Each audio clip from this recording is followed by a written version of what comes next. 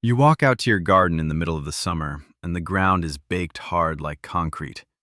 You sink your trowel into the dirt, and it just bounces right off the surface, jarring your wrist. You look at the pale, struggling leaves of your vegetables, and you feel that familiar knot of frustration in your stomach. You spent your whole spring tilling that soil until your back ached. You bought the expensive bags of synthetic fertilizer that the garden center swore would give you a bumper crop. You followed the instructions on the back of the bottle to the letter and watered every single morning before the sun got too hot. And yet, here you are, looking at a garden that feels like it is constantly on life support. The soil is pale and lifeless, turning to dust the moment it dries out, and turning to sticky, unworkable mud the second it rains. You see your neighbor out there spraying neon blue liquids on their plants, and you wonder if maybe you should just give in and do the same. You start to think that maybe you just do not have the right kind of land for this. You think maybe your soil is just cursed, or maybe you simply lack the instinct that real gardeners have. I want you to stop right there and take a deep breath. I want you to know that you did not fail. You are not a bad gardener, and your land is not cursed. The common method failed you. We have been sold a massive lie by an industry that relies on you coming back every single spring with your wallet open. We have been taught that soil is just a dead, empty sponge, a sterile medium that you have to constantly pump full of purchased chemicals if you want anything to grow. We have been trained to treat our backyards like a chemistry experiment instead of a biological engine. And that entire mindset is exactly why your soil is dead. The fertilizer companies and the big agricultural brands want you to keep stripping the life out of your dirt with tillers and replacing it with their patented powders. The reason you are struggling is simply because you are playing their game, on their board, by their rules. But there is a way to break out of that cycle permanently. There is a method that rebuilds your soil so fast and so deeply that it almost feels like cheating. It is a technique so old, so simple, and so incredibly cheap that no one is ever going to put it in a glossy gardening magazine. Why? Because it works too well and costs absolutely nothing for anyone to sell it to you. It completely eliminates the need for their products. This is a forgotten medieval technique, a brilliant piece of agricultural history that peasant farmers used centuries ago to turn barren, rocky ground into incredibly fertile land. They did this without a single drop of synthetic nitrogen or a single piece of gas-powered machinery. They didn't have garden centers, and they didn't have tillers. They had observation, they had nature, and they had the most powerful, unseen workforce on the planet. They had the earthworm. Now, I know what you are thinking. You see a worm on the sidewalk after a rainstorm, and you don't think much of it. You might dig one up while planting a tomato and think it is a nice little bonus. But you are vastly underestimating what these creatures actually are. An earthworm is not just a bug in the dirt. It is a microscopic refinery. It is a biological plow. It is an unstoppable, fertilizing machine that never sleeps, never takes a day off, and never asks for a paycheck. When you have a few worms, you have okay soil. But when you create a swarm, you have absolute magic. What I'm going to show you how to do today is not just about attracting a few stray worms to your tomato bed. We are going to build a specific, targeted biological beacon. We are going to create an environment so perfectly tuned to the survival and breeding instincts of the earthworm that every single worm within a mile of your property is going to migrate directly to your garden. We are going to trigger a massive population explosion right beneath your feet. And the best part is, you already have everything you need to do this sitting in your recycling bin. We're going to start with the foundation of the medieval worm trick, and it begins with something incredibly mundane. Cardboard. Plain, brown, unprinted, boring shipping boxes. You probably have a stack of them sitting in your garage right now, waiting to be broken down and dragged to the curb. Stop throwing them away. That cardboard is pure, raw carbon. It is made of the exact same cellulose that decaying forest logs are made of. To you, it is trash. To an earthworm, it is the roof of a luxury hotel and an all-you-can-eat buffet rolled into one. But you cannot just throw dry cardboard on the dirt and expect a miracle. Dry cardboard repels water. It blows away in the wind. It does absolutely nothing but smother the ground. The secret is water. You need to gather up those boxes and peel off any plastic tape. Remove any shipping labels and break them down so they are completely flat. Then, you need to soak them thoroughly. I don't mean just spray them with the hose for a few seconds. I mean you need to submerge them entirely. Fill a wheelbarrow or a large plastic tub with water and push those cardboard sheets down into it. Let them sit there until they are incredibly heavy. Let them sit until they are completely saturated, until they feel like thick, wet blankets in your hands. They should be so soft that they almost tear under their own weight when you lift them out. This is the critical step. When you saturate the cardboard, you are breaking down the rigid structure of the paper fibers. You are turning a dry, protective barrier into a soft, breathable, moisture-retaining skin. Now, take that wet, heavy cardboard and carry it out to the garden bed you want to transform. You do not need to weed the bed first. You do not need to till it. You do not need to dig. Just lay that wet cardboard directly over the bare soil, the weeds, the dead grass, whatever is currently there. Lay it down flat. But here is the trick. You must overlap the edges. Do not leave any gaps for the sun to get through. Overlap the pieces by at least 4 or 5 inches, just like you are laying heavy shingles on a roof. You want to create a continuous, unbroken blanket of wet carbon over the entire surface of the bed. What you are doing right now is instantly changing the climate of the soil below. You are plunging it into total darkness. You are trapping the moisture in the earth so it cannot evaporate under the sun. You are creating the exact conditions of a deep, ancient forest floor right in the middle of your suburban backyard.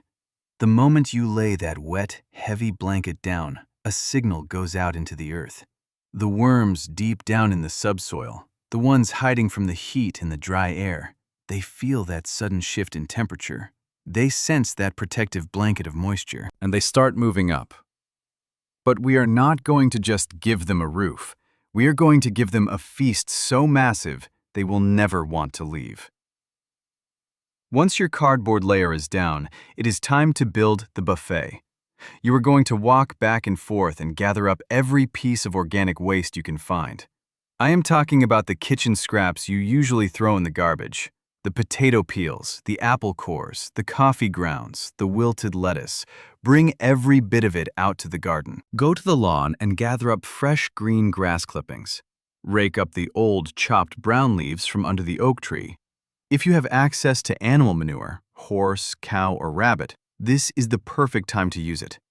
You are going to take all of this material and you are going to pile it directly on top of that wet cardboard.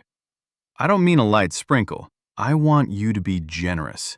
You need to spread a thick, dense layer of this mixed organic matter right over the top. You are aiming for a layer that is 4 to 6 inches deep. It should look like an absolute mess, and that is exactly the point. You are replicating the chaotic, nutrient-dense drop of an autumn forest. This is the fuel. The fresh green grass and the kitchen scraps provide the fast-burning nitrogen. The dead leaves provide the slow-burning carbon. The manure provides the heavy, rich proteins and the gut bacteria that act like a starter culture to get the whole thing moving. This thick layer of raw organic material is going to start breaking down almost immediately. As it does, it will release juices, enzymes, and a liquid runoff that will slowly seep right down into the wet cardboard below it. It is essentially marinating the cardboard in a highly concentrated nutrient tea. Now, if you just leave that organic pile sitting exposed to the air, a few things will happen, and none of them are good. The sun will bake the moisture out of the grass clippings. The kitchen scraps will attract flies. The wind will dry out the top layer, and the decay process will completely stall out. To make this medieval engine actually run, You have to seal it in. You have to close the door to the outside world. So, your final step in building this trap is to cover the entire pile. You are going to take a thin layer of regular topsoil or a thick layer of plain straw, and you are going to spread it over the organic matter. You don't need a lot of soil, just 1 or 2 inches. Just enough to completely hide the food scraps and the grass from the sun and the air. This thin top layer is the insulation. It locks the moisture inside the pile. It keeps the temperature perfectly stable. And most importantly, it keeps the environment directly beneath it in pitch black darkness. Earthworms are photophobic. They are physically paralyzed and damaged by ultraviolet light. If there is even a hint of sunlight hitting their food source, they will not come up to the surface to eat it. By sealing the buffet under that layer of soil or straw, you are telling the worms that it is perfectly safe to come up. You have now built a biological paradise. You have a dark, perfectly moist, incredibly safe environment, layered with an unlimited, highly nutritious food source that is already beginning to soften and rot. You have put in maybe 30 minutes of actual physical labor. You haven't started a gas engine. You haven't measured out any chemical powders. You haven't spent a single dime. You have simply rearranged the waste products of your own property into a specific sequence that nature cannot resist. You step back, you wash your hands, and you walk away. Now, you wait. But you don't have to wait a year, or a season, or even a month. The reaction you have just triggered is incredibly fast. Down in the dark, under that wet cardboard, the signals are spreading like wildfire. You don't need to dig down to see it. If you walk out the next morning and carefully lift the corner of that cardboard, you will see them. You will see dozens of red, healthy worms already gathered at the surface, slick and active. They are pulling pieces of the wet cardboard into their mouths. They are exploring the edges of the organic matter. By day 3, that handful of worms will be a few hundred. By day 7, if you were to peel back that top layer of soil, you wouldn't just see worms. You would see a writhing, pulsing mass of them. You would see them working through the potato peels, dissolving the coffee grounds, and pulling the grass clippings down into the earth. It is a feeding frenzy. And as they eat, they do what every living creature does. They breed. An earthworm population in perfect conditions can double every 2 to 3 months. But when you create an isolated, concentrated food source like this, you are forcing an explosion. You are creating a biological singularity. The worms from the surrounding yard realize that this is the best real estate in the county. They migrate in, they stay, and they reproduce at a staggering rate. In 2 weeks, a barren patch of dirt is completely colonized. But the sheer number of worms is only half the magic. It is what they leave behind that actually changes your garden. As these worms consume that thick layer of rotting organic matter, they pass it through their digestive tracts. Inside a worm's gut is a complex factory of enzymes and bacteria that break down coarse, unavailable nutrients and refine them into a perfect, water-soluble form. What comes out the other end is called a worm casting. And a worm casting is not dirt. It is not even compost. It is biological gold. It is the most potent, perfectly balanced natural fertilizer on the planet. Studies have shown that worm castings contain 5 times more nitrogen, 7 times more phosphorus, and 11 times more potassium than the surrounding soil. But more importantly, they are packed with beneficial microbes and natural plant growth hormones. When a seed is planted in soil rich with castings, it doesn't just grow, it explodes. The roots are thicker, the stems are stronger, and the plant's immune system is incredibly robust. It is armed against disease and pests from the moment it sprouts. And you are getting this miracle substance for free, generated automatically, exactly where you need it most. You don't have to scoop it out of a bin. You don't have to spread it with a shovel. The worms are doing the distribution for you. As they eat at the surface, they constantly travel down into the subsoil to rest and digest. They are plowing the earth vertically. They are dragging the surface nutrients deep down into the root zone where your plants actually feed. Every time a worm moves up and down, it leaves a tiny mucus-lined tunnel behind. You multiply that by thousands of worms, and within a few weeks, your hard, compacted dirt is completely honeycombed. It is aerated. When it rains, the water doesn't pool on the surface and run off. It soaks deep into those tunnels, saturating the ground like a massive sponge. When the summer sun beats down, the moisture stays trapped deep below, right where the roots can reach it. You have effectively drought-proofed your garden bed without laying a single drip line. You have turned an inert patch of dust into a living, breathing ecosystem that manages its own fertility and its own water cycle. All because you put some wet garbage on top of some wet boxes. This is why the medieval farmers revered this method. It is a closed-loop system. It takes the waste of your life and turns it into the fuel for your food. It costs nothing, it requires almost zero physical effort, and the results are undeniable. Imagine walking out to that exact same garden bed next spring. You don't need a tiller, you don't need a heavy steel fork. You take your trowel and you push it into the earth, and it sinks all the way to the handle with almost no resistance. The soil is dark, crumbly, and smells like a deep forest after a rainstorm. It feels alive in your hands. You plant your tomatoes, your peppers, your squash, and you don't worry about them. You know that beneath the surface, a massive, unseen workforce is tending to their roots, feeding them exactly what they need, exactly when they need it. You watch your plants grow with a vigor you have never seen before. The leaves are huge and vibrant green, the stems are thick and sturdy, and when the harvest comes, the yield is staggering. The vegetables are dense, heavy, and packed with a depth of flavor that you can never buy in a grocery store. You achieve all of this not by fighting nature, but by simply inviting it to do what it does best. You stop treating your garden like a sterile laboratory and start treating it like a living organism.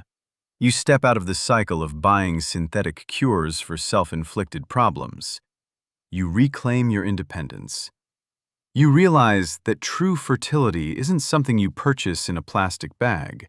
It is something you build, one wet piece of cardboard and one handful of kitchen scraps at a time. It is a slow, quiet revolution happening right beneath your feet, powered by the smallest, most overlooked creatures on Earth. You don't need to transform your entire property overnight. Start with one struggling bed. Start with the patch of dirt that has always given you trouble.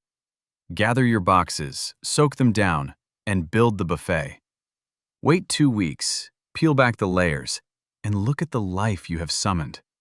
Once you see it with your own eyes, once you feel that rich, dark earth in your hands, you will understand. The forgotten wisdom of the past is still here, waiting to be used. If this journey into the hidden world of soil biology has changed the way you look at a simple earthworm, please subscribe and like the channel. We are uncovering the simple, powerful truths that the modern world wants you to forget. Let's rebuild the earth together, one backyard at a time. The next secret of true self-reliance is waiting to be uncovered.